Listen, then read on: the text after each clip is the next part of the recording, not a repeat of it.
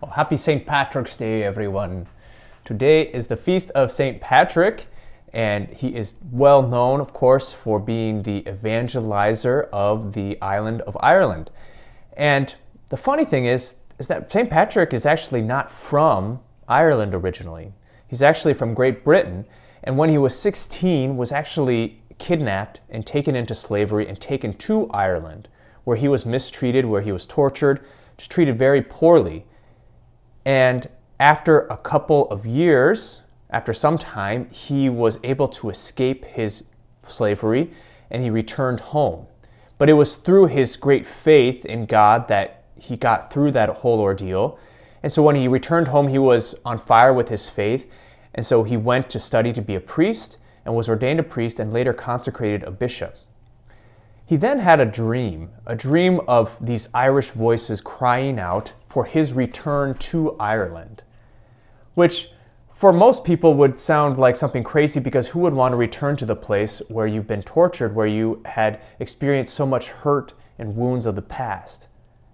But Patrick returned, thinking this could only be the will of God for him to return to help the people of Ireland, to evangelize the people of Ireland. And that's what he's known for best, is evangelizing the whole island of Ireland, for being the traveling bishop who went everywhere to preach the gospel. His motivation could only be from the heart of God that doesn't hold grudges, that doesn't hold this pain or anger against his people when they turn away from him. And we see that to be true, especially today in our first reading from the book of the prophet Isaiah.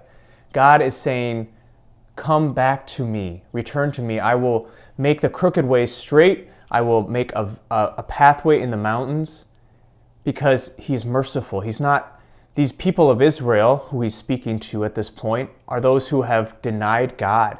They're the ones who have turned to serve other gods. They have profaned the name and the temple of God over and again, which leaves God wounded, hurting.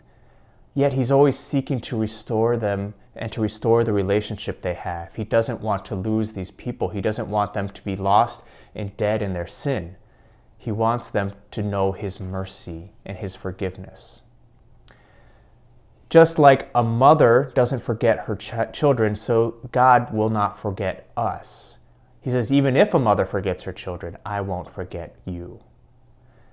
So too with St. Patrick, he's like, it's almost as if he is a good vision for us of God here, who is always seeking out the people who need to be sought out. That God seeks out us, especially when we are in sin, when we are turning away from him, because he wants to restore us to life.